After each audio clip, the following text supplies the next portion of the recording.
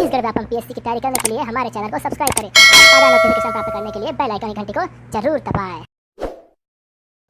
Hello friends, मैं दीपक Patkar D के classes में आपका स्वागत करता हूं। दोस्तों, आज हम बात करेंगे गणित के विषय की। दोस्तों, सबको पता होगा कि गणित के जो सब्जेक्ट है वो हर एग्ज़ाम के लिए कंपलसरी होता है। जिनका गणित बहुत मजबूत होता है दोस्तों, उनका एग्ज़ाम भी बहुत अच्छे से निकलता है। दोस्तों, अगर आपको अच्छे से मार्क्स पाना है तो आप यह वीडियो ज़रूर देखें और हमारे चैनल को सब्सक्राइब ज़रूर करें।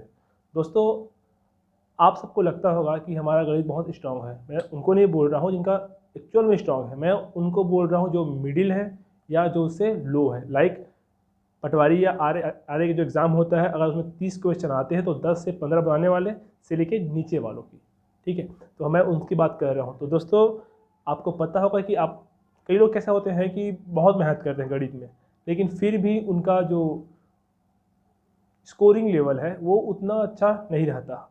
आपको पता होगा कि ऐसा क्यों होता है। दोस्तों देखो, कि जब हम बचपन में पढ़े थे तो हमने गणित को सीखा था। अब जो आप आज कर रहे हो उसको बोलते हैं शॉर्ट्स, मतलब कि इजी तरीके से सीखना, जबकि दुनिया में ऐसा होता ही नहीं है। आपको उसी माध्यम से ही वापस इसको पढ़ना पड़ेगा। लेकिन आपको ही पता है कि जो चीज़ 10 साल में जो पढ़ने का होता है वो आप उसको 1 साल 1.5 साल में कवर नहीं कर सकते। लेकिन उसके लिए कुछ आपको दूसरा रास्ता ढूंढना पड़ेगा जिससे आपको वो जो लेवल है वापस आपका इंक्रीज़ हो, पुष्ट हो, है ना, बूस्ट हो ऐसा। तो दोस्तों देखिए क्या होता है। सबसे पहले तो आप ये मान के चलिए, जब आपको गणित पढ़ना है, सीखना है, समझना है, तो आप अपने आप को शून्य मानो। पहली बात तो कि मेरे को गणित कुछ नहीं आता।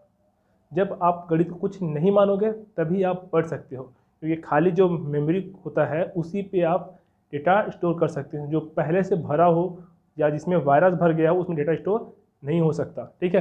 तो इस कंडीशन पे आपको क्या करना है, अपने आप को, दिमाग को भी कुछ शांत रखना है, साफ रखना है, फिर जाके आप गणित को स्कोर कर सकते हो, ठीक है। तो सबसे पहली बात, जब आपको गणित सीखना है, गणित सीखना है, खासतौर से वो बच्चे जो बिगिनर्स हैं एवं वो जो बहुत दिन से तैयारी कर रहे हैं लेकिन फिर भी उनका गणित नहीं बनता, तो वो क्या करें, हमारा वीडियो को पूरा एक बार देखें, फिर वापस से मैथमेटिक्स को बनाना एक बार समझना और बनाना शुरू करें। आपको खुद में खुद समझ में आ जाएगा कि हम उन्हें क्या गलती की थी और हमको अब उनको किस प्रकार से सुधारना है, ठीक है। तो देखिए, सबसे पहली बात तो आप अपनी खामियों को दूर करें, ठीक है। सबसे पहले निगलेक्ट योर एनिमी, अर्थात अपने जो दुश्मन है, दुश्मन मतलब कि जो आपकी जो तैयारी है उसमें जो प्रॉब्लम्स है उसको आप पहले दूर करें। एक सेकंड उसके लिए क्या करना है आपको, ठीक है। सबसे पहले प्रत्येक स्टूडेंट को समझना है क्यों क्या है, बिल्कुल गणित में जीरो है, मैं आपको पहले ही बता चुका हूँ, ठीक है। दूसरा, वो ट्रिक्स के पीछे न भागे। अगर आप ट्रिक्स के पीछे भागोगे तो मान के चलो आपसे गणित कभी भी अच्छा नहीं बनेगा, क्योंकि ट्रिक का सहारा वही लेते हैं जो सही से मेहनत नहीं करते, और अगर सही से मेहनत नहीं करेंगे तो मान के चलिए गणित कभी भी बनेगा नहीं। अब वो उसके लाइन पर पहुँचोगे ही नहीं जहाँ से आपको जॉब मिलेगा। तो इस कारण से ट्रिक्स के पीछे भागना ही नहीं है, आपको डिटेल से ही सॉल्व करना है। जब आप डिटेल से सॉल्व करना एक बार सीख जाओगे, 4 महीने लगेगा, 6 महीने लगेगा, ठीक है। उसके बाद आप अपने आप को देखना कि मैं कहाँ पे था और कहाँ पे हूँ। अभी आपके अंदर कॉन्फिडेंस नहीं आएगा, फिर आपके अंदर कॉन्फिडेंस आना शुरू हो जाएगा। तो देखिए, सबसे पहली बात, जब आप इनको छोड़ दोगे तो आपको क्या ग्रहण करना है। जब आप बैक जाके शुरू करोगे कि मेरे को गणित वापस से पढ़ना है, मेरा बन नहीं रहा है, मेरे को पूरा बनाना है ना, 100% मार्क्स लाने के लिए, ठीक है। तो उस कंडीशन पे आपको सबसे पहले क्या करना है, देखिए मैं कुछ पॉइंट्स बता रहा हूँ, आपको इनको फॉलो करना है। जब आप इनको फॉलो करोगे तो आपको मैथमेटिक्स ऑटोमेटिक बूस्ट हो जाएगा, ठीक है। तो देखिए पहला है, देखिए गणित कैसे सीखें, है ना। तो गणित सीखने के कुछ पॉइंट्स बता रहा हूँ, आपको उनको फॉलो करना है। देखिए, सबसे पहले क्या करिए, आप टेबल याद रखिए। टेबल अर्थात पहाड़ा। अब आपको लग रहा होगा इसमें कौन सी बड़ी बात है ना, कि टेबल सबको याद होता है, लेकिन दोस्तों ऐसा नहीं है। एक्चुअल में क्या होता है, 99% लोगों को टेबल याद ही नहीं होता। आपको भी लग रहा होगा मेरे को सारा याद है, ठीक है। देखिए ऐसा मैं बता रहा हूँ आपको, टेबल याद करने का सही तरीका है, या टेबल याद होना तभी आप बोल सकते हो जब आपको कोई पहाड़ा बोले और आपको उसका जो आंसर है इंस्टेंटली निकले, ठीक है। अगर आप उसके पीछे उंगली चलाना शुरू कर दो, या 2 दूनी 4 दूनी 8 ऐसा करोगे तो कभी भी मान के चलो आपका मैथमेटिक्स स्कोर नहीं करेगा। तो सबसे पहले आपको टेबल याद करने हैं। अब टेबल कैसे याद करें मैं आपको बताता हूँ। आपको भी लग रहा होगा कि मेरे को टेबल सारा याद है, यहीं से आपको लगा फालतू है। अब मैं जब बोल रहा हूँ, देखिए एक क्वेश्चन बोल रहा हूँ, आप मान के चलिए अगर आपका टेबल अच्छा होगा तो आप उसका जो जवाब है दिमाग में इंस्टेंटली आ जाएगा। अगर आपका टेबल अच्छा नहीं होगा तो आप दूनी तीनी करना शुरू कर दोगे, ठीक है। तो देखिए 17 गुणा 7, 17 7 कितना होता है। अब देखिए शुरू हो गया होगा आपका काउंट, तो आपको काउंट नहीं करना, बल्कि उसका उत्तर दिमाग में इंस्टेंट आना चाहिए। अब आ गया होगा आपको दिमाग में उत्तर, लेकिन उसके लिए टाइम कितना लग गया, है ना। 17 7 होता है 119, कितना होता है 119। आपने कितना टाइम लगा दिया। तो ऐसा नहीं हल करना है, आपको दिमाग में तुरंत लाना है। तो उसके लिए क्या करना है, आप पहले टेबल को एक बार 1 से लेकर 25 तक ऐसा याद रखिए, रट्टा मार लीजिए पूरा उसको, एक भी वर्ड को स्केप नहीं होना है। हम कुछ भी बोले आपके दिमाग में फट से उसका आना चाहिए, ठीक है। क्योंकि जब आप मैथमेटिक्स सॉल्व करोगे तो आपको काटना पड़ता है अंकों को, है ना। हल करने के टाइम पे भाग देना है, गुणा करना है। अगर आपसे वो नहीं होगा तो आप हो जाएगा डीमोटिवेट। अगर आप डीमोटिवेट हुए तो आपसे सवाल कभी भी नहीं बनेगा, क्योंकि आपको दिमाग तो काटने पे है। इसके आंसर वापस से टेबल को अच्छे से ध्यान दीजिए, फिर से पढ़िए, फिर से बनाइए। ऐसा बनाइए कि कोई भी सवाल पूछे आपको हर उत्तर एक ही बार में मिल जाए, ठीक है। पहला चीज़ हुआ। सेकंड चीज़ बता रहा हूँ ना, सेकंड है फार्मूला। आप जिस चैप्टर को आपको पढ़ना है तो सबसे पहले उसके सारे फार्मूले को एक पतली सी कॉपी लेना, पहले आप 100 पेज वाली, और उसमें उस चैप्टर के सारे फार्मूले को लिख लीजिए। जब आप सारे फार्मूले को लिख लेंगे उसको बार बार रट्टा मारिए जब तक कि वो फार्मूला आपको याद ना हो जाए। बार बार, 1 बार 2 बार 3 बार 4 बार, जितनी बार हो सके आप उसको रट्टा मारें, भूलना बिल्कुल नहीं है ना। एक अगर मैं बोल रहा हूँ कि a + b का होल स्क्वायर, आपको दिमाग में फट से आना चाहिए कि a का स्क्वायर + b का स्क्वायर + 2ab। अगर आप उसको याद करोगे तो नहीं, आपके दिमाग में इंस्टेंटली आना चाहिए। तो इंस्टेंटली तभी आएगा जब उसको रट्टा मारोगे, ठीक है। ये सेकंड होता है, आपको उसको रट्टा मारना ही पड़ेगा, ठीक है। तीसरा है फार्मूला का मैनेजमेंट करना। फार्मूला मैनेजमेंट, कि आपको फार्मूला मैनेजमेंट कैसे करना है। देखिए मैंने ही बताया कि फार्मूला के लिए जिस चैप्टर को आप शुरुआत कर रहे हैं उससे रिलेटेड सारे फार्मूले को आपको एक कॉपी में नोट करना है। अब देखिए उस फार्मूले को क्या करना है आपको ना, उसको चेंज करना है, बार बार उसको चेंज करना है। अब चेंज कैसे करना है मैं बता रहा हूँ आपको।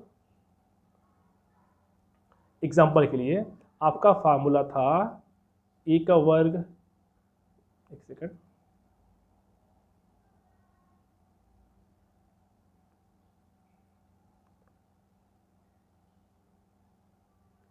आपका फार्मूला था a प्लस b का वर्ग। इसका मतलब कितना होता है जी, a का वर्ग प्लस b का वर्ग प्लस 2ab।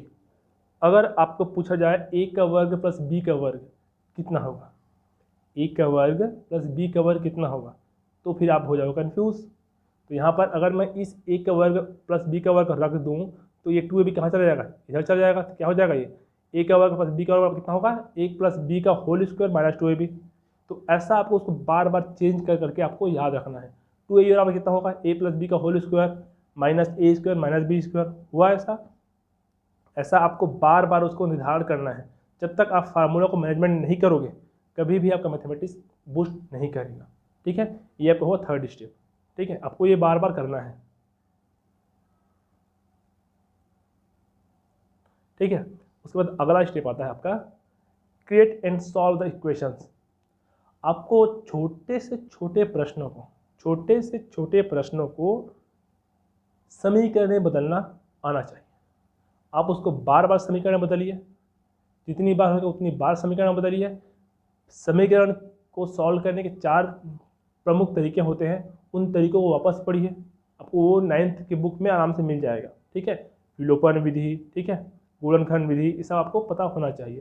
देखिए आपको नॉर्मल जो समीकरण होता है वो तो पता ही होगा हल करने का तरीका, एक गुणनखंड विधि और एक विविक्त तर्क विधि, है ना, तो वो तो आपको पता ही होगा। उसके साथ साथ आपको समीकरण को बनाने की जो तरीके हैं आपको उनको बार बार ध्यान देना है। जब अब तक आपको समीकरण बनाना नहीं आएगा, समीकरण को सॉल्व करना नहीं आएगा, तो आप कभी मैथमेटिक्स नहीं पढ़ सकते। तो आपको इस पर फोकस करना है। ठीक है, पहला क्या चाहिए करना है आपको, टेबल को अच्छे से याद करना है ताकि इंस्टेंटली आपको दिमाग में वो चीज़ आए। सेकंड क्या करना है, फार्मूला को कॉपी पे नोट करना है कोई भी चैप्टर सॉल्व करने से पहले। इसी कारण से प्रत्येक बुक में देखना, बुक स्टार्ट होने से पहले या अध्याय स्टार्ट होने से पहले पहले फार्मूले दिए रहते हैं, है ना। तो आपको क्या करना है, सारे फार्मूले को पी जाना है। फिर फार्मूले को पीने के बाद क्या करना है, आपको उस फार्मूला को बदलना है, इधर का उधर, उधर को तोड़ना है आपको। ठीक है, अंकों को तोड़ना है फार्मूले को, वो होना चाहिए। फोर्थ, जब आप प्रश्न पढ़ो तो उन प्रश्नों या छोटे छोटे जो अंक हैं उसको आप समीकरण से बनाना सीखो। जब आप समीकरण से बनाना सीखेंगे तो आपका गणित ऑटोमेटिक हो जाएगा, बूस्ट हो जाएगा। मैं समीकरण से रिलेटेड जो हल करने का जो विधि है मैं आपको आगे डालने वाला हूँ, तो हमारे चैनल से आप बने रहिए, सब्सक्राइब करके रखिए, बेल आइकन घंटी को दबा के रखिए। ठीक है, ये हुआ। अगला, नो व्हाट इज क्वेश्चन, पता करो कि आपका प्रश्न क्या है ना। तो प्रश्न को सबसे पहले जब क्वेश्चन आता है या जब आप कोई बुक में कोई अध्याय सॉल्व कर रहे हो तो याद रखिए सबसे पहले आपको वो प्रश्न को आसानी से पढ़ना है, सरल पढ़ना है, स्पष्ट पढ़ना है और ध्यान से पढ़ना है। जब आप उसको ध्यान से पढ़ोगे, समझोगे, तभी आपको समझ में आएगा कि प्रश्न क्या दे रहा है ना, आप उससे क्या ले सकते हो और जो सवाल जो आपसे मांग रहा है वो आप उसको दे सकते हो। ठीक है, ये आप प्रश्न को क्या करना, आपको ध्यान से पढ़ना है, बार बार पढ़ना है ना, और एकदम से क्या, प्रत्येक वर्ड को पढ़ना है, की by word, word by word. ठीक है, ये आपको पढ़ना है। अगला, solve book chapter by chapter. आपको जब आप बुक पढ़ रहे हो तो आपको उस बुक में ये नहीं है ना पहले नंबर सिस्टम पढ़े ही नहीं हो सीधा पहुंच गया औसत पे। क्यों? क्योंकि एग्जाम में अपन में क्या पूछता है, औसत पूछता है ना, साधारण ब्याज पूछता है, चक्रवृद्धि ब्याज पूछता है ना, फेल पूछता है। आपने तो नंबर सिस्टम सॉल्व ही नहीं किया तो कहाँ से आपसे बनेगा। तो बुक को चैप्टर बाय चैप्टर बनाना सीखिए, चैप्टर बाय चैप्टर बनाना सीखिए। तो आपको जब चैप्टर बाय चैप्टर बनाओगे तो आपको खुद समझ आ जाएगा कि मैंने कहाँ पर गलती की थी और मैं अब कहाँ पे पहुँच रहा हूँ। ठीक है, इसको चैप्टर बाय चैप्टर सॉल्व करो, रुक रुक के कभी सॉल्व नहीं करना है या आगे बढ़ना नहीं। कोई भी वर्ड क्वेश्चन आपको स्कैप नहीं होना चाहिए। ठीक है,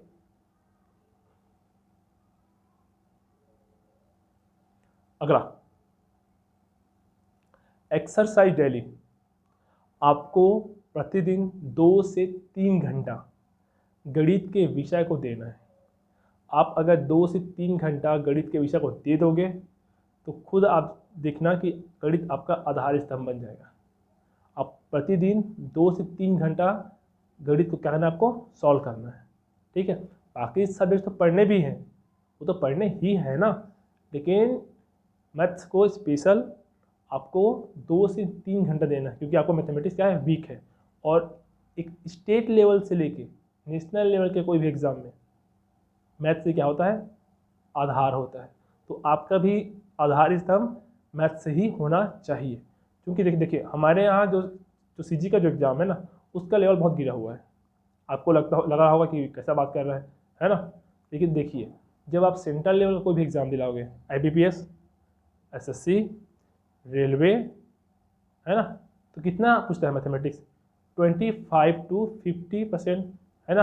NTPC तो 60 और 70% तक पूछता है। IBPS में भी वही पूछता है, इंग्लिश और मैथ्स का ही तो सेंट्रल में वैल्यू होता है, और हमारे यहाँ क्या होता है, सीजी का, हिंदी का, इंग्लिश का क्या करोगे, इसका क्या करोगे, हिंदी इंग्लिश को बढ़ा के, है ना। तो मेन तो क्या है, मैथ्स ही है।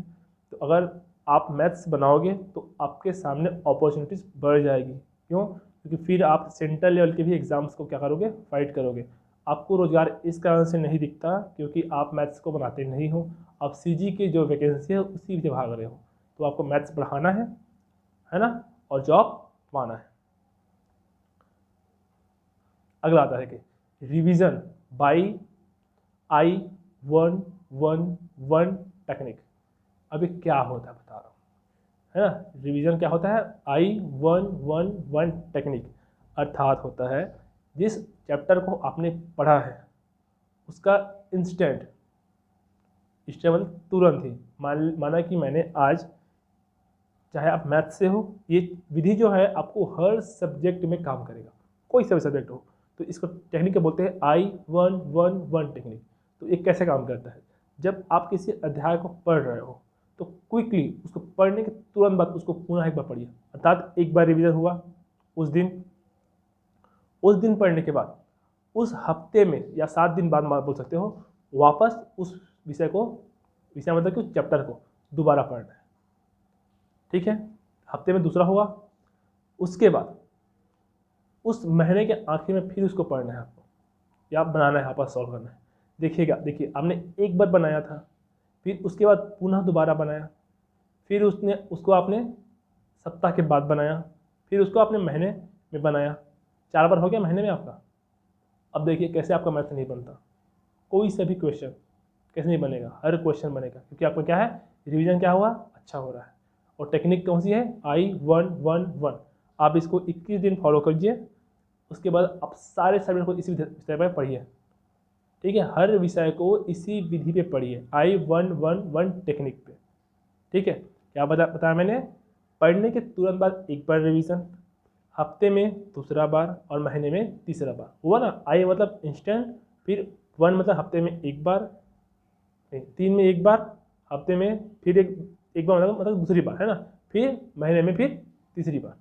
तो इसको बोलते हैं I-1-1 टेक्निक। अब इसको तो बोल सकते हो, I-1-2-3 बोल सकते हो, है ना। तो ऐसा आपको पढ़ना है। ठीक है, अगला पॉइंट है, आपको इस पर ध्यान देना है। जब आप अध्याय पढ़ लिए हो, है ना, जब आप इन सभी प्रभाग को दोहराने के पश्चात रिवीजन हो गया, तो उस अध्याय से संबंधित जो पिछले जो साल आए हुए प्रश्न हैं उनके प्रश्न, और जो कोचिंग संस्थान या जो आप बुक्स लेते हो ऑप्शनल बुक्स, वहाँ पर जो सैम्पल पेपर होता है आप उनको सॉल्व करें। जब आप सॉल्व करेंगे आपसे सवाल बनेगा, ऑटोमेटिक आपका कॉन्फिडेंस बूस्ट होगा। जब आपका कॉन्फिडेंस बूस्ट होगा आपसे खुद ब खुद मैथमेटिक्स बनना शुरू होगा। आप इस जो मैं बता रहा हूँ इसको आप 6 महीने दोहराइए, 6 महीने। आपको 6 महीने बहुत टाइम होता है भाई, 6 महीने में तो बच्चा भी 9 महीने होता है यार, तो 6 महीने में पढ़ना पड़ेगा ही पड़ेगा ना। ठीक है, क्योंकि देखिए मैं बच्चा का मतलब मैं कोई गलत वे पे नहीं बोल रहा हूँ, बच्चा 9 महीने इस कारण से बोल रहा हूँ क्योंकि हमारा जीवन स्टार्ट होता है 9 महीने के पश्चात, है ना, और हम मरते कैसे हैं, एक क्षण पे। लेकिन हमको जीना बहुत लंबा रहता है, तो जब जीना लंबा है तो आपको पढ़ना ही पड़ेगा, क्योंकि आपकी जो लाइफ की सिक्योरिटी आपका जॉब होता है।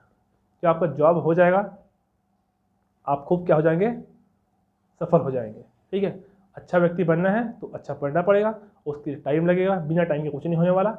तो आप 4 से 6 महीने मांगने चाहिए आपको मैथ्स बनाना है। उसके बाद देखिए 6 महीने बाद आपका मैथ्स इतना स्ट्रांग हो जाएगा कि आप कोई सा भी आपके सामने क्वेश्चन रख दें अब हर सवाल बना लोगे। ठीक है, अगला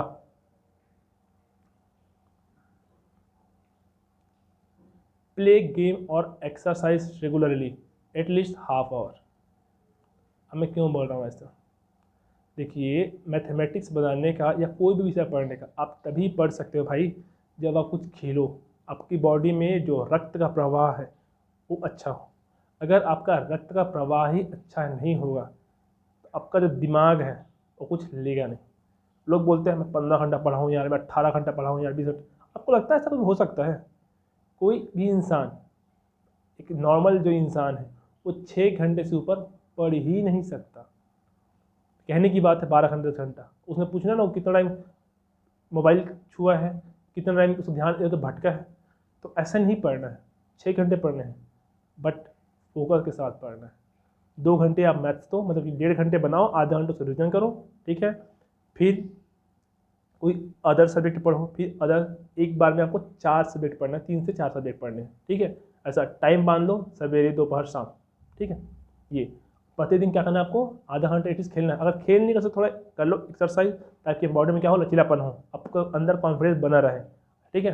तो खेलने वाले जो बच्चे होते हैं उनके अंदर कॉन्फिडेंस क्या होता है, अच्छा होता है, और कॉन्फिडेंस अच्छा होता है तो समझ क्या होता है, जल्दी आती है, ठीक है। इसके वजह से पर डे आधा घंटा खेलिए या फिर एक्सरसाइज कीजिए, ताकि रक्त का प्रवाह क्या हो, अच्छा रहे। रक्त प्रवाह अच्छा रहेगा तो दिमाग शांत रहेगा, दिमाग शांत रहेगा तो वो क्या करेगा, अपना डेटा स्टोर करेगा। अगर आप दिमाग में भारीपन दोगे, कभी दिमाग स्टोर नहीं करेगा। कितना ही पढ़ लो, कुछ नहीं बनने वाला, ठीक है।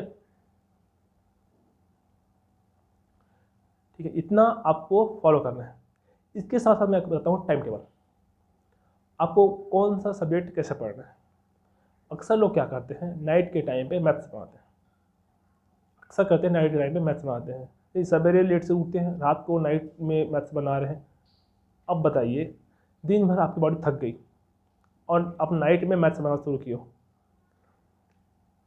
जब आपसे एक प्रश्न नहीं बनेगा, 2 प्रश्न नहीं बनेगा, फिर बोलोगे छोड़ यार इसको, आज बनाऊंगा इसको, फिर आप सो जाओगे। यही गलती पापा करते हो। तो आपको उस मैथ्स को वहाँ तक रखने का मतलब ही क्या है, आपको प्रतिदिन सवेरे 6 बजे उठना है। मैं नहीं बोलता 4 बजे उठो करके, क्योंकि कोई भी इंसान उसको फॉलो नहीं कर सकता। तो आपको पर डे 6 बजे उठने हैं, फिर आप बनाइए मैथ्स 8-9 बजे तक, फिर नहाइए, खाना खाइए। भाई देखिए, रात का समय होता है सोने के लिए, रात का समय होता है सोने के लिए, दिन का समय होता है जागने के लिए। तो दिन में पढ़ो ना यार, जब भगवान ने ही हमको दिन में जागने के लिए बनाया, रात को सोने के लिए बनाया है, तो रात में क्या है उल्लू की तरह पढ़ना। तो दिन में पढ़िए, अच्छा पढ़िए, रात को 9-10 बजे सो जाइए, सवेरे फिर 6 बजे उठिए, फिर बनाइए मैथ्स, फिर अपना विषय तैयार कीजिए। रात को 6 घंटे अच्छे से पढ़िए, ऑटोमेटिक आपका सारा जो चैप्टर है, जितना भी आपका स्टडी बुक से कंटेंट है, सारे आपको दिमाग में आसानी से घुस जाएंगे, ठीक है। तो आपको टाइम टेबल अच्छे से सेट करना है। मैं आपको अगले वीडियो में बताऊंगा कि टाइम टेबल कैसे बनाते हैं, उसको फॉलो कैसे करना है, ठीक है। तो अभी तक अगर आपने हमारा वीडियो देखा होगा तो एक लाइक तो बनता है, ठीक है। एक कुछ नहीं है, बस बेल आइकॉन की घंटी उसको दबा देना है, ताकि हमारा जो अगला वीडियो आए वो आपके सामने क्या हो जाए, नोटिफिकेशन पहुंच जाए या प्रदर्शित हो जाए, ठीक है। और ज़्यादा नहीं यार, थोड़ा सब्सक्राइब करना भी बनता है, ठीक है। इस तरह से हमारे चैनल को सब्सक्राइब करें, लाइक करें, शेयर करें। धन्यवाद।